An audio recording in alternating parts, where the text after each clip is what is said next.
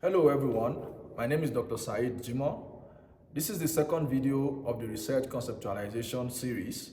If you have not watched the first video, I encourage you to check it out on my channel. In this video, we will focus on research conceptualization tips. 1. Confirm the correlation between knowledge gaps and the results presented in research papers. Is the knowledge gap adequately filled or requires further clarification? If the knowledge gap is not adequately filled, then you can transform that into a new research idea. 2. Search for conflicting ideas that are debated in your field. This is a good avenue for you to bring in a new perspective. A hypothetical example is that some studies have shown that the use of cars contributes to the accumulation of CO2 in the atmosphere, while other studies have shown that we cannot but use cars because they are important means of transportation. This is a good avenue for a new research. 3. Attend webinars, conferences, and seminars and endeavor to ask questions. Ask researchers about the challenges they faced while conducting their research. You can also ask them about some ideas that flowed through your mind during their presentation. This is a good way to initiate intellectual engagement and could be very useful for conceptualizing research. 4. Conduct literature review. This is one of the common approaches used to generate research ideas. To make your literature review effective, you can leverage some AI tools such as Scholarly to summarize research papers. 5. Conduct literature search about random ideas that come to your mind. A good approach is to document these ideas in a separate file. For me, I usually dump these ideas in a file I call future research. At a later time, I'll come back to this file, pick a particular idea and do a literature search about it. This usually helps me to refine this idea into a new research. 6. Check the conclusion section of recent publications.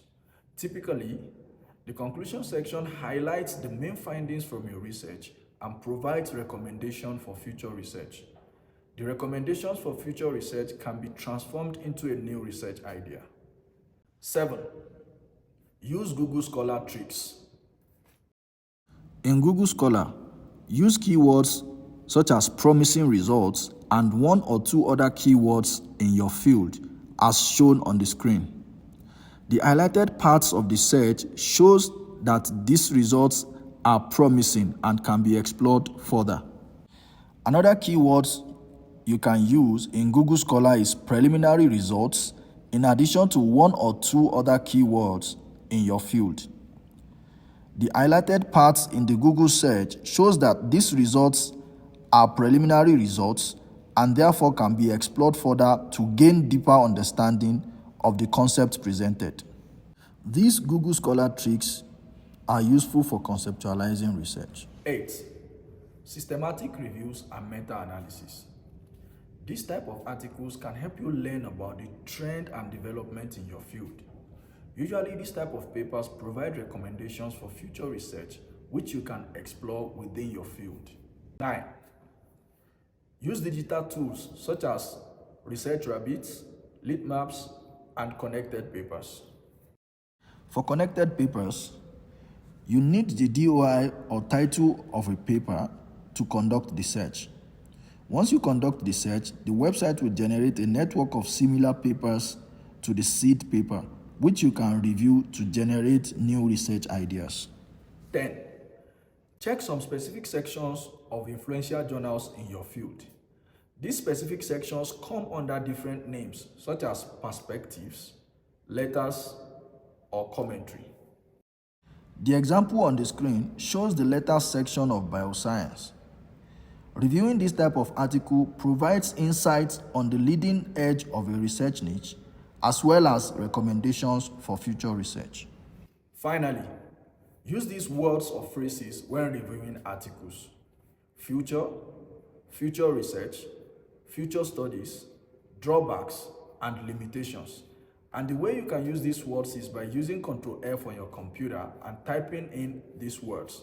Then you can search through the article to find the specific areas or specific places where these words or phrases have been used in order for you to understand what the authors have recommended for future research, or perhaps what drawbacks the authors have identified, which you can turn into a new research idea. As a recap, the tips for research conceptualization include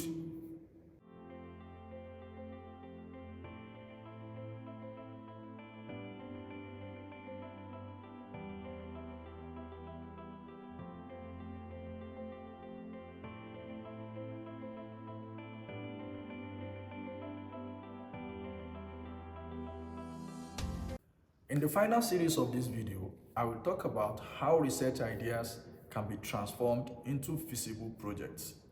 Thank you for watching. Kindly like, share, and subscribe to my channel. See you in my next video.